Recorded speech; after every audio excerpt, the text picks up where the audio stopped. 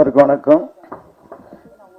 இப்படி press people இப்படி enjoy பண்ணது நான் பார்த்ததே இல்லை.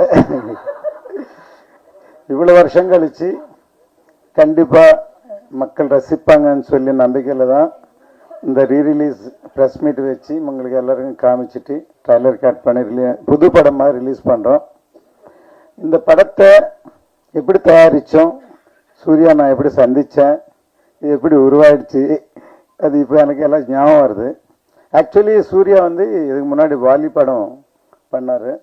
எடிட்டர் விஜயன் சார் சொன்னார், வாலி ரொம்ப நல்லா வந்திருக்கு, அஜித் சார் அவருக்கு வண்டி வாங்கி கொடுத்துருக்காரு அப்படின்னு சொன்னால் அந்த படம் நான் பார்க்குறேன், படம் போட்டால் சொல்லுங்கன்னு சொன்னேன். படம் பார்த்து ரொம்ப நல்லா இருக்கு, சூப்பராக இருக்கு சூர்யா, நம்ம படம் பண்ணுறோன்னு சொன்னோம். அதுக்கப்புறம் அவர் எங்கே இருக்காரு தேடி கண்டுபிடிக்கிறதுக்கு ஒரு ஆள் அனுப்பிச்சோம். அப்போ வந்தார். நான் சூர்யா சொன்னேன், நீங்கள் யார் விரும்புகிறீங்களோ அந்த ஹீரோ வச்சு பண்ணுவோம், எனக்கு டைரக்டர் தான் முக்கியம் அப்படின்னு சொன்னேன். அதுக்கப்புறம் அப்போ முதல்ல இந்த கதை இது யார் ஹீரோ நினைக்கல, நான் ஃபஸ்ட்டு சூர்யா தான் நினச்சி டார்கெட் பண்ணி பண்ணோம். அப்போ விஜய் சாருக்கு இந்த கதை சொன்னோம். இந்த படம் ஒரு சரித்திரம். அவர் இந்த படம் தமிழ், தெலுங்கு, ஹிந்தி 3 மொழியிலும் பண்ணார். ஒரு டைரக்டர் கண்டினியூஸாக இதில் வேறு 3 வருஷமாக சூர்யா அதுக்கு மேலே வாழ்ந்தார். ஃபஸ்ட்டு இது பண்ண உடனே இது பண்ணுறதுக்கு ஷூட்டிங்கு முன்னாடியே நாங்கள் பவன் கல்யாண் சாருக்கு அண்டர் ப்ரொடக்ஷனில் முதல்ல போய் அவருக்கு கதை சொன்னோம். அவருக்கு ரொம்ப நல்லா பிடிச்சிருந்தது. அதுக்கப்புறம் ஹிந்தி நான் போனி கபூருக்கு கொடுத்தேன். அப்புறம் நான் போனி கபூர் சொன்னேன் சூர்யா பண்ண நல்லா இருக்குன்னு சொல்லி. ஸோ கண்டினியூஸாக 3 படம் அவரே 3 லாங்குவேஜ்லையும் அவரே பண்ணார். படம் பார்க்கும்போது ஜோதிகா பார்த்தாலும் பூமிகா பார்த்தாலும் சூர்யா தான் தெரியும். அவர் எக்ஸ்பிரஷன்ஸ், அவர் வாணி, அவர் இது அப்படியே அவங்க அப்படியே காப்பி பண்ணாலே போகிறோம். ஜோதிகாவுக்கு இது டெபியூ ஃபிலிம், ஹீரோயினா தமிழில். அவங்க நடிப்பு அவ்வளோ நல்லா சிறந்த, சூர்யாவுக்கு சொல்ல தேவையில்லை. பூமிகா செலக்ட் பண்ணும்போது பார்த்தோம், பூமிகா ரொம்ப சாஃப்டாக இருக்குது, ரொம்ப இதாக இருக்குது, எப்படி நடிக்குமான்ட்டு நான் சொன்னேன், சூர்யா கண்டிப்பாக வேலை வாங்கிடுவார் அப்படின்னு சொல்லி பண்ணோம்.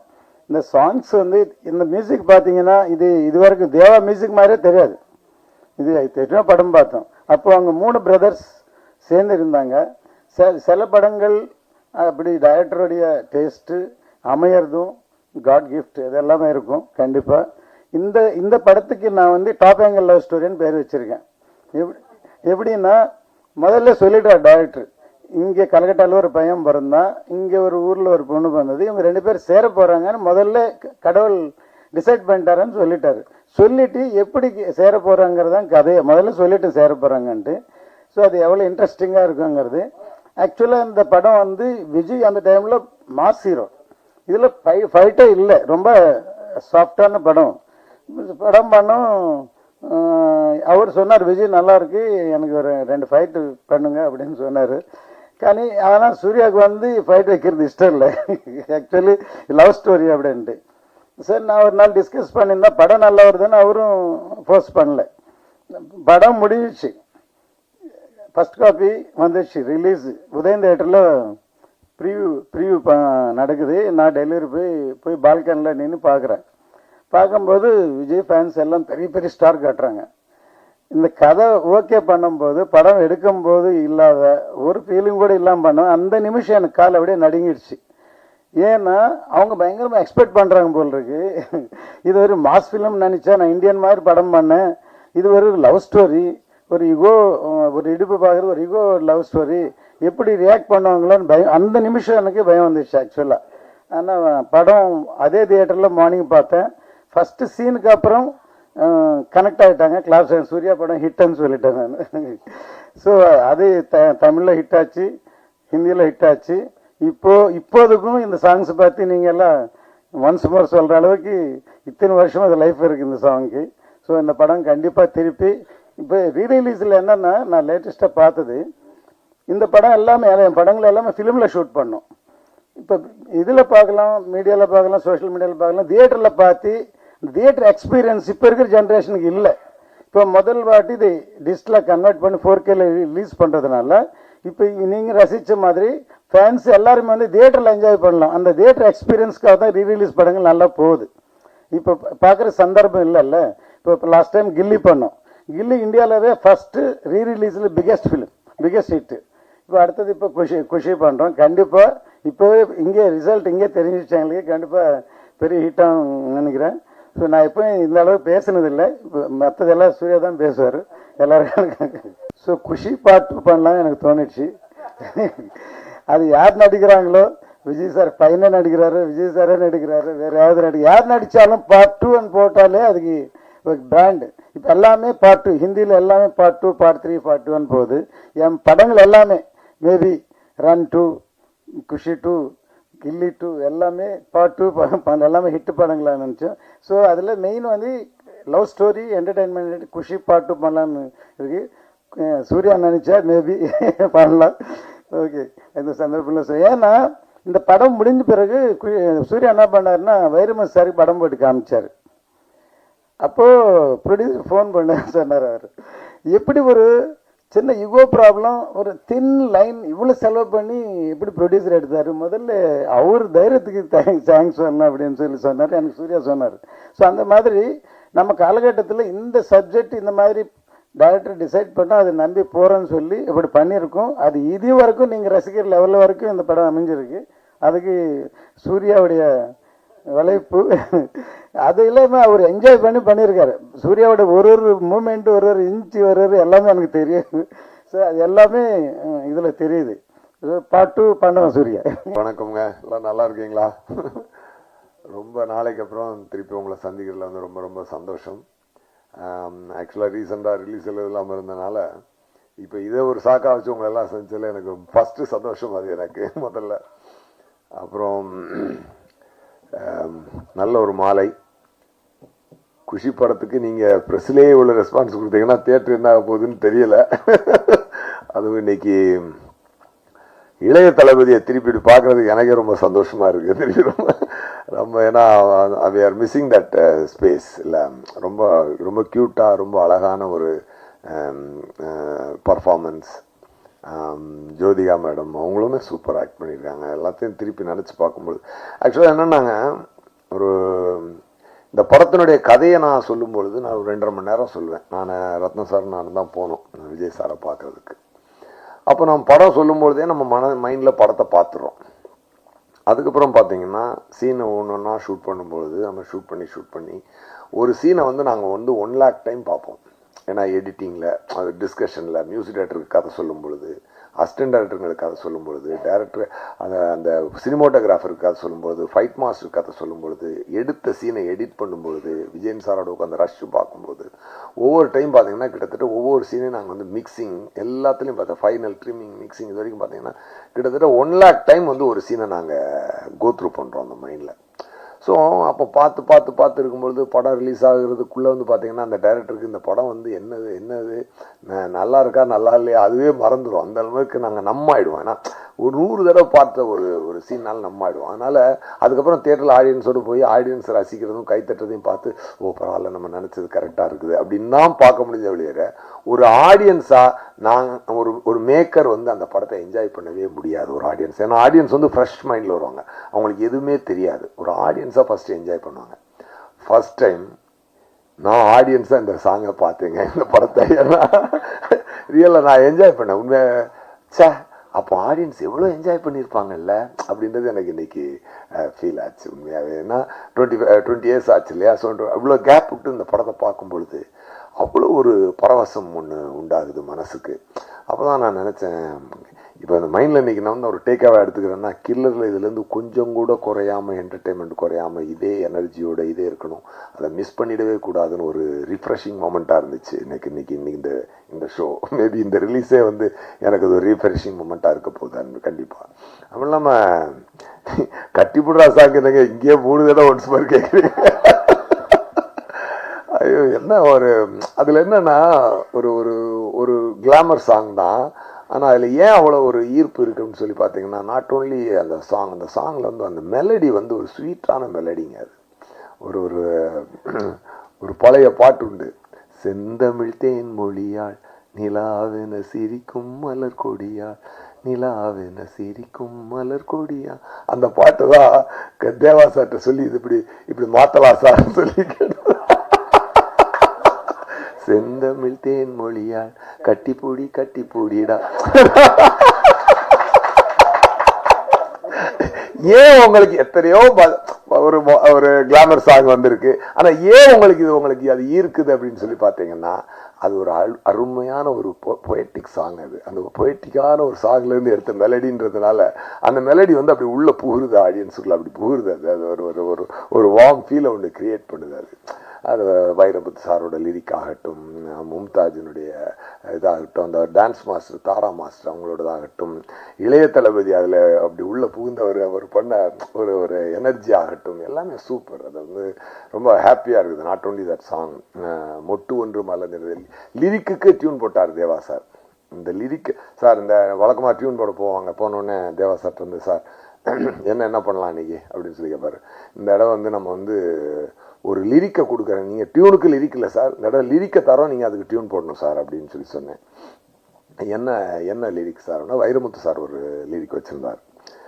மொட்டு ஒன்று மலர்ந்திட மறுக்கும், முட்டும் தென்றல் அதை மெல்ல திறக்கும், இது மலரின் தோல்வியா இல்லை காற்றின் வெற்றியா, கல்லுக்குள்ளே சிற்பம் தூங்கி கிடக்கும், சின்ன ஊழி தட்டி தட்டி எழுப்பும், இது கல்லின் தோல்வியா இல்லை ஒளியின் வெற்றியா அப்படின்னு அவர் சொல்லும் போதே அவர் அப்படி ஒரு பொயட்டிக்கான ஒரு பெண்ணுக்கும் ஆணுக்கும் இருக்கக்கூடிய சண்டை என்பது, அந்த ஊடல் என்பது, ஊடலுக்கு இதை விட சிறந்த வரிகள் போடவே முடியாது. மேகம் என்பது மலை முடிச்சு காட்டு முட்டினால் அவிழ்ந்து கொள்ளும், காதல் என்பது இரு மனம் முடிச்சு கண்கள் முட்டினால் சேர்ந்து கொள்ளும். அந்த மாதிரி ஒரு எக்ஸ்ட்ராடினரி லைன்ஸ் இதெல்லாம் வந்து அதுக்கு வந்து நான் இப்போ தேவா சார்ட்ட கேட்டேன், இந்த பழைய பாட்டுக்கு இல்லையா, மொட்டு சிட்டுக்குருவி அந்த மாதிரி வேணும் சார் அப்படின்னு சொல்லி கேட்டேன். தேவா சார் ரொம்ப அழகா அந்த டியூனை போட்டு கொடுத்தார். அமைந்தது சார், இந்த படத்திற்கு அனைத்தும் அமைந்தது. இந்த படத்துக்கு விஜய் சார்ட்ட போய் கதை சொல்லும் பொழுது அமைதியா கேட்டதும், அவர் கேட்டு முடிச்சோடனே அவர் பெரிய ரியாக்டே பண்ணல. ஒருவேளை அவருக்கு பிடிக்கலையே அப்படின்னு நினச்சிட்டு ரத்னம் சாரை பார்த்தேன், என்ன சார் ஒரு மாதிரி அமைதியாக இருக்காரு, விஜய் சார் உங்களுக்கு பிடிக்கலன்னா நான் வேணா வேற கதை சொல்கிறேன் அப்படின்னு. ஏன் நல்லா இருக்கே, இதே பண்ணுவோம் அப்படின்னாரு. ஓ இதுக்கு என்ன ஏங்க நல்லா இருக்குன்றதுக்கு இதான் ரியாக்ஷனா, நமக்கெல்லாம் கொஞ்சம் வைப்பு கொடுக்கணும் சார் அப்படின்னு சொல்லி அப்படி ஒரு பிரமாதம். ஆமா, அப்படி ஒரு பிரமாதமான ஒரு அனுபவம். ரத்னம் சாருமே வந்து பார்த்தீங்கன்னா ஒரு மிகப்பெரிய ப்ரொடியூசர். அப்புறம் ஒரு டாபிக் வர்றதுக்கு முன்னாடி நான் 2 பேரை பற்றி சொல்லி ஆகணும். ஒன்று மறைந்த அமரர் ஒளிப்பதிவாளர் ஜீவா சார் வந்து இன்னைக்கு இந்த படத்துக்கு இப்படி ஒரு அருமையான விஷுவல்ஸை கொடுத்துருக்காருன்னு சொல்லி சொன்னார். டெஃபினட்டாக அவர் இந்த ஒரு கணத்தில் நான் நினைத்து பார்க்கிறேன். அதுக்கப்புறம் அந்த படத்தில் வந்து நல்ல ஒரு வைபு கொடுத்த விவேக் சார், அவர் இந்த படத்துக்கு பண்ண ஒரு கான்ட்ரிபியூஷன் எல்லாமே வந்து மக்களுக்கு அவ்வளோ ஈஸியாக அதை கொண்டு உள்ளுக்குள்ளே நல்லா அவங்கள சீன் கதையாக போகும்போது நடுவில் அவர் மாதிரியான சீன் வந்து கொடுக்குற ரிலீஃப் வந்து அடுத்து அந்த கதையை ஃபாலோ பண்ணுறதுக்கு அது கொடுத்த ஒரு எனர்ஜி என்பது மிகச்சிறந்த ஒரு எனர்ஜி. எல்லாமே அந்த மாதிரி அதே மாதிரி ரத்னம் சார் வந்து ஒரு மிகப்பெரிய ப்ரொடியூசர். இன்றைக்கி வந்து அவர் பார்த்தீங்கன்னா அவர் காசு வந்து அவர் இந்த படத்துக்கு நீங்கள் ஆடியன்ஸாக நீங்கள் எவ்வளோ காசு அவருக்கு கொடுத்தாலும் அது வந்து தகும், அது வந்து பத்தாது. ஏன்னா அவ்வளவு செலவழிச்சிருக்காரு இந்த இண்டஸ்ட்ரிக்கு. அவர் தன்னுடைய பெரும்பான்மையான வாழ்க்கை இந்த இண்டஸ்ட்ரிக்கு அவர் செலவழிச்சிருக்காரு. எத்தனை இயக்குநர்களுக்கு வாழ்க்கை, எத்தனை மியூசிக் டைரக்டருக்கு வாழ்க்கை கொடுத்துருக்காரு, என்னுடைய வாழ்க்கையை அடுத்த கட்டத்துக்கு எடுத்துகிட்டு போகிறதுக்கு குஷி ரொம்ப முக்கியமான ஒரு காரணமாக இருந்தது. இன்றைக்கி வந்து நான் தெலுங்கில் நடிக்கிறேன் இதெல்லாம் சொல்லி வந்தாலும் இன்றைக்கி நான் போகும்போது நான் தெலுங்கில் எனக்கு ஒரு ரெப்புடேஷன் இருக்கிறதுக்கு ஒரு முக்கியமான காரணமாக இருந்தது அந்த குஷி தெலுங்கில் எடுத்தது உண்டு. கண்டிப்பாக அதுக்கு வந்து நான் ரத்னம் சாருக்கு என்றைக்குமே நான் நன்றி சொல்லுவேன். டெஃபினட்டாக ஒரு சிறந்த ஒரு கேட்டை ஓப்பன் பண்ணி கொடுத்து என்னுடைய கலை தீனிக்கு வந்து ஒரு அடுத்த கட்டத்துக்கு கொண்டு செல்லக்கூடிய ஒரு படமாக இந்த குஷி அமைந்தது. அதுக்கப்புறம் வந்து நான் என்றைக்குமே வந்து டைரக்டர் ஆகணும்னு இண்டஸ்ட்ரிக்கு வரவே இல்லை. நான் வந்து நடிகனானு வந்ததுனால தான் உங்களுக்கே தெரியும். பட் அதனால தான் அதுக்கப்புறம் நான் டைரக்ஷன் நிப்பாட்டிட்டு ஆக்டிங்கில் நியூ அண்ட் வேறு எப்படி போயிட்டது. பட் இப்போ நான் திரும்பி பார்க்கும் பொழுது இதில் இவ்வளவு அதான் சொல்லேன், ஆடியன்ஸாக நான் இன்னைக்கு ஆடியன்ஸாக இந்த சின்ன ட்ரெய்லரையும் இந்த 2 சாங்கையுமே ரசித்தேன். அப்போ கண்டிப்பாக படம் எவ்வளோ ஒரு எனர்ஜியோடு வந்திருக்குன்னு பார்க்கணும். இது ஒன்றே என்னென்னா சார், பிளெஸ்ஸிங் தான் சார். ஒரு நல்ல அமைந்த பிளெஸ்ஸிங். அன்னைக்கு பத்திரிகையாளர்கள் நீங்கள் கொடுத்த அன்பும் இன்னைக்கு அந்த ப்ரெஸ்ஸில் அன்னைக்கு நான் சந்தித்தவங்கெல்லாம் இன்னைக்கு அப்படியே பார்க்குற எல்லாரையும் ரொம்ப ரொம்ப சந்தோஷம். இன்னைக்கு புதுசான ஆளுங்களும் வந்திருக்காங்க. ஸோ குஷி மிகப்பெரிய கொண்டாட்டமாக இருக்க போது தியேட்டரில்.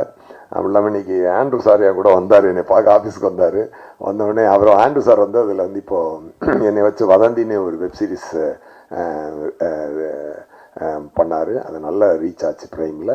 அதுக்கப்புறம் கொலைகாரன் டைரக்டர் என்னுடைய அசிஸ்டண்ட் அவர். ஸோ வாலியிலேருந்து என் கூட அசிஸ்டண்ட்டாக ஒர்க் பண்ணார். சரி வந்தார், சார் வாங்க சார் எனக்கு குஷி இதுதான் ஈவெண்ட் தான் போகலாம் அப்படின்னு சொல்லிட்டு. ஏன்னா எனக்கு தெரிஞ்சு ரீரிலீஸுக்கு தான் ஃபஸ்ட்டு ப்ரெஸ் மீட்னு நினைக்கிறேன், இல்லை ஃபஸ்ட்டு ப்ரெஸ் மீட்டு. அதுவே ஒரு நல்ல ஒரு அருமையான ஒரு ஹிஸ்டாரிக்கல் மொமெண்ட் தான் இது. டெஃபினட்டாக ஒரு அதுக்கு வச்சிருக்கேன். ஓ சூப்பர் சூப்பர் சூப்பர் சூப்பர். அதுவும் சூப்பர் படம் தான். அதனால சந்தோஷம். இனி சக்தி சார் வந்து சக்தி ஃபிலிம் ஃபேக்ட்ரி அதில் ரிலீஸ் பண்ணுறாரு. அவருடைய இதில் உங்களுக்கு வாழ்த்துக்கள் சார். டெஃபினட்டாக அது வந்து என்னென்னா, அவர் வந்து ஜஸ்ட் அவர் இதை வந்து ஒரு டிஸ்ட்ரிபியூட்டராக மட்டும் தொடலை. அவர் ஒரு ஃபேன் பாயா, ஒரு லவர் பாயா அவர் வந்து இந்த படத்தை குஷி அவர் வந்து எங்களோட மனசுலேருந்து சந்தோஷமாக அவர் எடுத்துக்கொண்டு வந்திருக்காரு. அதை I can feel it sir. அது உங்களுடைய எனர்ஜி என்னால் ஃபீல் பண்ண முடியுது. ரொம்ப ரொம்ப சந்தோஷம். அப்புறம் நம்ம குஷி படத்துடைய ஃபைனான்சியர் ரமேஷ் சாருடைய ஃப்ரெண்டு நம்ம முருகன் சார், அவரும் இங்கே வந்திருக்காரு. அவரும் தயாரிப்பாளர். ஸோ இண்டஸ்ட்ரியில் எவ்வளோ வளர்ச்சிகள், எத்தனையோ பேருக்கு ஒரு பாதையாக இருந்த குஷி. நமக்குமே இன்னைக்கு இது ஒரு தான் ரீஃப்ரெஷிங்காக பார்க்கும்பொழுது இனிமே இந்த மாதிரி நல்ல மக்களுக்கு வந்து அந்த சாங்ஸ், அந்த எனர்ஜியான சாங்ஸ், அதெல்லாம் மேகம் கருக்குது அந்த பாட்டு எல்லாமே ஸோ மக்கள் பயங்கரமாக என்ஜாய் பண்ண போகிறாங்க. டெஃபினட்டாக எவர் கிரீன் மூவி குஷி. அது இறைவன் கொடுத்த ஒரு வரம், இறைவன் கொடுத்த ஒரு அமைப்பு, நல்ல நல்ல விஷயங்களாக சேர்ந்து அமைந்தது. அப்படி ஒரு அமைப்பு வந்து ரொம்ப ரேராக தான் அமையும். அது ரொம்ப சந்தோஷமாக இருக்குது. Thank you so much. நீங்களும் ஒரு மியூசிக் டைரக்டர் அப்படிங்கிறதுனால நல்லா பாடுவீங்க. இந்த குஷி படத்துல வந்து சார் கட்டிப்பிடி கட்டிப்பிட சாங் வந்து எடுக்கும் போதே இவ்வளோ ஹிட் ஆகும்னு நினைச்சிங்களா? அந்த ஷூட்டிங் ஸ்பாட் எக்ஸ்பீரியன்ஸ் பற்றி எனக்கு கொஞ்சம் சொல்லுங்க சார். ஆக்சுவலாக அதை இல்லை, சாங் வந்து எப்போவுமே வந்து அந்த ரெக்கார்டிங்லேயே தெரிஞ்சிடும். அது ஒரு வைப் வந்துடும் அந்த ரெக்கார்டிங்கில். ஏன்னா எதுவுமே மனசுக்கு உள்ள ஹிட் ஆகாமல், உள்ள எனர்ஜி ஏற்றாமல் ஒரு விஷயத்த நாங்கள் பண்ணுறதே கிடையாது. ஸோ அதான் சொல்கிறேனே, அந்த கிரியேட்டிங் ஏரியாவில் தான் நாங்கள் என்ஜாய் பண்ணுறது. அது மொத்தமாக ப்ராடக்டாக வந்து நிற்கும் பொழுது ஒரு நாள் என்ஜாய் பண்ணுவோம். ஒரு நாளில் நம்ம முகத்தையே கண்ணாடியில் பார்க்கும்போது ஒரு தடவை சூர்யா நீ ரொம்ப அழகாக இருக்கடா அப்படின்னு தோணும். ஒரு நாள் என்ன இவ்வளோ கேவலமாக இருக்கும் அப்படின்னு தோணும். அந்த மாதிரி அது வந்து உணர்வுகள் மாறிக்கிட்டே இருக்கும். அதனால் உண்மையை சொல்லணும் அப்படின்னு சொன்னால் நான் உண்மையாகவே சொல்கிறேன், நான் இன்னைக்கு ஆடியன்ஸாக தான் குஷி என்ஜாய் பண்ணி இங்கே உட்காந்து பார்த்தேன். நான் இந்த சாங்கை பார்க்கும்போது, ஏன்னா நானும் டிவியில் பார்த்து டிவியில் வந்துருச்சு, யூடியூப்பில் பார்க்குறோம். நம்ம யூடியூப் சோனியில் கனெக்ட் பண்ணிட்டு அப்படி பார்க்குறோம். அப்போமெல்லாம் அது இது பெரிய ஸ்க்ரீனில் பார்க்கும்பொழுது இன்னும் அதனுடைய டெஃபினட்டாக ஆடியன்ஸ் அதை என்ஜாய் பண்ணுவாங்க. இல்லை நீங்கள் கேட்ட கொஸ்டின் எனக்கு புரியுது. பட் என்னென்னா ஆமாம் இல்லை அதாவது என்னென்னா நாங்கள் எது பண்ணாலும் ஹிட் ஆகும் அப்படின்ற நம்பிக்கை எப்பொழுதுமே உண்டு. அது என்னன்னா நமக்கு உள்ள ஹிட் ஆயிடுச்சுனாலே அது ஹிட் ஆகிடும், அவ்வளோதாங்க. அவ்வளோதான். அதனால அது ஒன்று தான். பட் உண்மையாக அன்னைக்கு என்ஜாய் பண்ணதை விட நான் இன்னைக்கு தான் ரொம்ப என்ஜாய் பண்ணேன். அதான் உண்மை. உங்கள் கொஸ்டினுக்கு அதான் answer. Sir S J Suryah சாரோட டைரக்ஷன் எப்படி இருந்துச்சு அந்த படத்தில் கொஞ்சம் சொல்லுங்க சார். அவருடைய டைரக்ஷன் கேட்கவா வேணும். ஆக்சுவலாக வந்துட்டு ஆல்மோஸ்ட் எல்லா கேரக்டருமே அவர் தான். அண்ட் அவர் வந்துட்டு ஆக்சுவலாக ஸ்டோரி சொல்றதை கேட்கும் போதே வந்துட்டு நமக்கு ஃபுல்லா படம் வந்துட்டு கண்ணில் பார்த்த மாதிரி அந்த ஒரு தன்மை வந்துடும். ஒரு 100-150 வாட்டியாவது கதை சொல்லியிருப்பாங்க. அதுவும் சில நேரத்தில் வந்துட்டு அசிஸ்டன்ட் ஆக்டர்ஸ் வந்து ரிப்பீட்டடா வச்சு கதை சொல்லிட்டே இருக்கும்போது ஒரு பாயிண்ட்ல வந்துட்டு நம்ம திருப்பி கேட்டுட்டோமே இத்தனை வாட்டி அப்படின்ட்டு நம்ம கூட டயர்ட் ஆகும். ஆனா அவர் டயர்ட் ஆக மாட்டார். திருப்பி அதே எனர்ஜியில உட்காந்து 4 ட்ராக் ஓபன் பண்ணோம், எஃபெக்ட்ஸ் மியூசிக் அப்படின்னு சொல்லி அந்த கிளங் அதெல்லாம் போட்டு அப்படியே திருப்பி ஃபுல் ஸ்டோரி சொல்ல ஆரம்பிச்சிருவார் அந்த மாதிரி. அண்ட் ஷூட்டிங் ஸ்பாட்ல வந்துட்டு லிட்டரலா வந்து நாங்கெல்லாம் அப்படியே பயந்து ஒவ்வொருத்தரும் ஒவ்வொரு பில்லருக்கு பின்னாடி அப்படி ஒளிஞ்சுக்கிட்டு அப்படிதான் இருப்போம். வேற ஒரு லெவல் டெரர் அப்படி இருந்தது. இப்போ நான் அப்படியே கெட்டி பிடிச்சி ரொம்ப பாசமா அப்படி நெருக்கமா உட்கார்ந்துட்டு இருக்கேன். But back then it used to be exactly. Jayasurya sir 25 வருஷம் ஆனாலும் குஷி படத்துல நிறைய பேர் பேசப்படுறது, நிறைய வந்து ரசிச்சு பார்க்கறது வந்து அந்த இடுப்பு சீன். அது ஐடியா எங்க வந்தது, யார் கொடுத்தா, அது இன்ஸ்பிரேஷன் என்ன, அது கொஞ்சம் தெளிவா சொல்லுங்க. ஏதோ தோணுதாங்க, அந்த டைம்ல தோணுது தோணுச்சு. அதாவது என்னன்னா, இது வரைக்கும் எத்தனையோ காதல் கதைகள் வந்தாலும் எல்லா படமும் பார்த்தீங்கன்னா ஒரு எல்லா லவ் சப்ஜெக்டும் பார்த்தீங்கன்னா ஒரு ஏழை பணக்காரன் அது பிரச்சனையா இருக்கும், பணம் பிரச்சனையா இருக்கும் அவங்களுக்கு. இல்லாட்டி குடும்ப பகை இருக்கும், ரெண்டு எதிரி குடும்பங்கள் இருக்கும், அதில் உள்ள பிள்ளைங்க ரெண்டு லவ் பண்ணிடுங்க. அதுக்கப்புறம் பார்த்தீங்கன்னா ரிலீஜியஸ் ப்ராப்ளம் இருக்கும், ஹிந்து முஸ்லீம், ஹிந்து கிறிஸ்டியன் இப்படின்ற பிரச்சனைகள்லாம் இருக்கும். ஸோ இப்படியெல்லாம் காதல் கதைக்கு என்னென்ன பிரச்சனைகள் இருக்குதோ அது எதுவுமே இந்த கதையில் பிரச்சனையாக இருக்கக்கூடாதுன்னு நான் முடிவு பண்ணேன். ஏன்னா அது it is going to be one another film அப்படின்னு ஆயிடக்கூடாது அப்படின்றதுனால ஸ்பெஷலாக இருக்கணும் அப்படின்னு படம். அப்போ என்ன பிரச்சனை, ரெண்டு பேருக்கும் பிரச்சனை, அவங்க தான் வில்லனை வெளியே வைக்க வேண்டாம் உள்ளே வச்சிருக்கேன்னு சொல்லிட்டு அவங்களுக்குள்ளேயே அதை கிரியேட் பண்ணலாம் அப்படின்னு சொல்லிட்டு ஒரு தோணுனது. அப்போ அந்த சண்டை எங்கே ஆரம்பிக்குது அப்படின்னு பார்க்கும்போது ஒரு இப்போ ஒன்றும் இல்லை, என் இடுப்பை பார்த்தியான்னு கேட்டால் ஆமாம் இப்போ நான் பார்த்தேன், இப்போ என்ன என் கேர்ள் ஃப்ரெண்டோட இடுப்பை நான் பார்க்கக்கூடாது, அதெல்லாம் முடிஞ்சுது, கதை அங்கே முடிஞ்சுது, அதுக்கப்புறம் செகண்டாகவே இருக்காது. பட் ஆனால் அதுக்குள்ளே ஒரு சின்ன த்ரெட்டை கிரியேட் பண்ணி அப்படியே பிடிச்சி போனால் எப்படி ரைட்டிங்கில் போகிறதான் அது மாதிரி ஒரு அதுக்கு வந்து பார்த்தீங்கன்னா அது ஒரு அந்த டைமில் ஒரு புதுவிதமான ஒரு ரைட்டிங்காக அது இது அமைஞ்சுது. எனக்கு வந்து எரிக் சீகல்னு ஒரு இங்கிலீஷ் நாவல் ரைட்டர் இருக்கார், அவருடைய லவ் ஸ்டோரி, அப்புறம் உமன் மேன் உமன் சைல்டு, அந்த சைல்டு அந்த அவங்க ரைட்டிங் எனக்கு ரொம்ப பிடிக்கும். அந்த ரைட்டிங் ஸ்டைலை தான் நான் இதுக்கு ஃபாலோ பண்ணேன் குஷிக்கு. சார் இங்க குஷி 2க்கு இப்பயே பூஜைலாம் போட்டாரு, சோ அது யார வச்சு எடுப்பீங்க? பாப்போங்க, அதுக்கு இது குஷி அமையது எல்லாமே இறைவன் அமைச்சு கொடுக்கறதா, அப்படியேதான் அமைஞ்சா பாத்துக்கலாம். ஏன்னா I am always interested in my acting career. ஆமா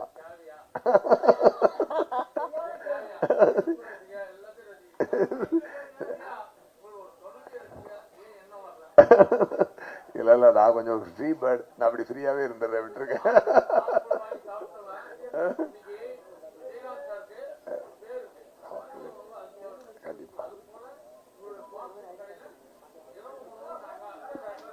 கண்டிப்பா பண்ணுவோம்.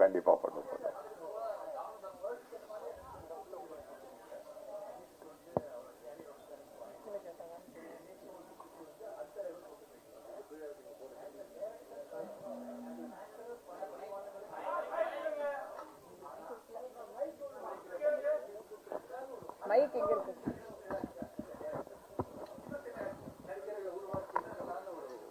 எனக்கு ஒரு சின்ன ஒரு ஃபீல் இருக்கு. இல்ல அப்படி எனக்கு ஸ்டார்டிங்ல கேக்குறேன் சார், வந்து ஓகே ரெண்டு வேர்ல்ட் லெவல் ஹீரோஸ் வந்து அஜித்துக்கு வந்து வாலி வந்து அவரோட வந்து ஒரு சாக்லேட் இமேஜ் இருந்தது. அப்போ கண்டிப்பா அது ஒரு நெகட்டிவ் கேரக்டர் கொடுத்து அஜித்தால இவ்வளவு டெலிவரி பண்ணும்போது எல்லாரும் அசத்து வச்சீங்க. அது உங்களோட பின்னாடி நீங்க தான் இருந்தீங்க. குஷி வந்து விஜய்க்கு வந்து ஒரு சச்சினுக்கு அப்புறம் வந்து படம் நினைக்கிறேன், அதுக்கு முன்னாடியா ஒரு டேர்னிங் பாயிண்ட் அவரோட கேரியர்ல. அப்பதான் அந்த கிராஃப் தூக்கிட்டு இருந்தது. ஆஸ் அன் ஆக்டர் நீங்க வந்து பல வெற்றிகளை பார்த்திருக்க தமிழ் தெலுங்குல. ஆனா ஒரு டைரக்டரா இன்னும் சில நடிகர்களை நீங்க உருவாக்கி இருக்கலாமோன்னு எனக்கு ஒரு சின்ன ஒரு ஆதங்கம் இருக்கு. நீங்க அந்த ஃபீலிங்கை ஷேர் பண்ணிருக்கீங்களா? சொல்றேன். ஃபர்ஸ்ட் ஆஃப் ஆல் எனக்கு வாய்ப்பு கொடுத்ததான் அஜித் சார், நான் அவருக்கு கொடுக்கல, அவர் தான் எனக்கு வாய்ப்பு கொடுத்தாரு. தட் ஃபர்ஸ்ட் ஆஃப் ஆல் அதுதான் அதோடைய ட்ரூத். ஸோ நமக்கு வாய்ப்பு கொடுத்தவருக்கு நான் நல்ல படம் எடுத்து கொடுத்தேன். அந்த ஒரு என்னுடைய வேலையை நான் சரிவர செய்தேன். நான் என்னைக்குமே நான் நடிகன் ஆகணும் தான் ஆசைப்பட்டேன், ஒரு ஸ்டார் ஹீரோ ஆகணும் அப்படின்னு தான் என்னோட ஆசை. என்னுடைய ஆசைக்கு பார்த்தீங்கன்னா நியூ அப்போ அப்படி டச் பண்ணிட்டு அப்படி திருப்பி வந்துட்டேன். எனக்கு காலங்கள் சரியா அமைஞ்சு வரல. ஸோ நான் இயக்குனரானதே என்னை நடிகன் ஆக்குவதற்காகத்தான். ஸோ அதனால எனக்கு இன்னும் நிறைய பேர் இயக்கியிருக்கலாமோ அப்படின்ற ரிலேட் எனக்கு கொஞ்சம் கூட கிடையாது. பட் இப்போ என்னை அடுத்த கட்டத்துக்கு கொண்டு செல்வதற்காகத்தான் இப்போ இந்த கில்லர்ன்ற படத்தை நான் எடுத்துக்கிட்டு இருக்கேன்.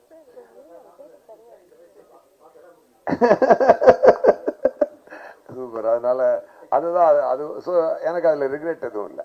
ஸோ நான் கரெக்டாக என்னுடைய லைஃப்பை நான் பிளான் பண்ணி எப்படி போறேனோ அது கரெக்டாக போகுது. Thank you so much. Surya sir இங்க இந்த படத்தோட ஆடியோ லான்ச் அப்போ ஆல்பர்ட் தல்ல நடந்தது. கரெக்ட். அஜித் சார் கலந்துட்டு வாழ்த்தினார். ஆமா. அதே மாதிரி மறுபடியும் அஜித் சார் கலந்துட்டு வாழ்த்த வாய்ப்பு இருக்கா இனிமேல்? எங்க அஜித் சார் தான் பிடிக்கவே முடியாது. அவர் ஒரு தனி உலகத்துல வாழ்றாரு இல்லையா? அண்ணா எனக்கு இந்த குஷியில எனக்கு மெயின் குஷி நீங்க கல்யாணம் பண்ணிக்கணும்ன்ற ஆசை. அத பண்ணிக்கணும். பண்ணுவோம். ஏன்னா இடுப்பு அழக எல்லா அழகும் ரசிக்க தெரிஞ்சவங்க ஒரு மனைவியின் அழக ரசிக்க தெரியாதா? பண்ணுவோம். சார் இதுல விஜய்க்கு இளைய தளபதி போட்டிருக்கீங்க, சூர்யா மேடமுக்கு இளைய நிலான்னு போட்டிருக்கீங்க பட்டம். அது யார் கொடுத்தது? இல்ல நானா தான் கொடுத்தேன். அது ஒன்றும் அதாவது என்ன அப்படின்னா ஒரு மூன் என்பது ஒரு ஒரு ஒரு ஒரு ஒரு அழகான ஒரு விஷயம். நம்ம எல்லாருக்குமே ஒரு கூலா இருக்கும் இல்லையா? மூன் என்பது ஒரு ஒரு ஒரு ஒரு ஸ்வீட்டான ஒரு விஷயம். அந்த அதனுடைய ஒளியை வந்து நம்ம வந்து ஒரு அருமையான ஒரு வார்ம்த் கொடுக்கக்கூடிய ஒரு ஒளி. ஸோ அது வந்து ஒரு நியூ ஆக்டரா அவங்க இன்ட்ரோடியூஸ் ஆகும்பொழுது அவங்களுக்கு அப்படி ஒரு பேர் கொடுக்கலாம்னு எனக்கு தோணுச்சு. படத்துல அதே போல ஓப்பனிங் ஷாட்டே வந்து கிளைமேக்ஸை காமிச்சிருக்கீங்க. ஆமா, பழைய படங்கள் சில படங்களை காட்டிருப்பாங்க, ஆனா இது தைரியமா கிளைமேக்ஸையே ஓபன் பண்றேன் அப்படின்னு வச்சது அவர் ப்ரொடியூசர் ஏதாவது சொன்னாரா? இல்ல என்னன்னா சார் எப்பொழுதுமே சப்போர்ட் தான். அவர் வந்து ஏன்னா ஒரு விஷயம் நல்லா இருக்கும் பொழுது அவருக்கு வந்து அவர் எதிர்த்து சொல்ல போறது இல்லைல்ல. நல்லா இருக்கிறதுக்கு வந்து சப்போர்ட்டா நல்ல நல்ல விஷயம் சப்போர்ட்டா கொண்டு வர வழியா அதை எதிர்த்து அவர் சொல்ல போறது இல்லை. இப்போ என்னன்னா நான் நேரேட் பண்ணும்போது உங்களுக்கு படமே அப்படியே படம் பார்க்குற மாதிரியே சொல்லிடுவேன் கதை. அதனால அவங்களுக்கு வந்து அந்த டவுட் வராது. இப்போ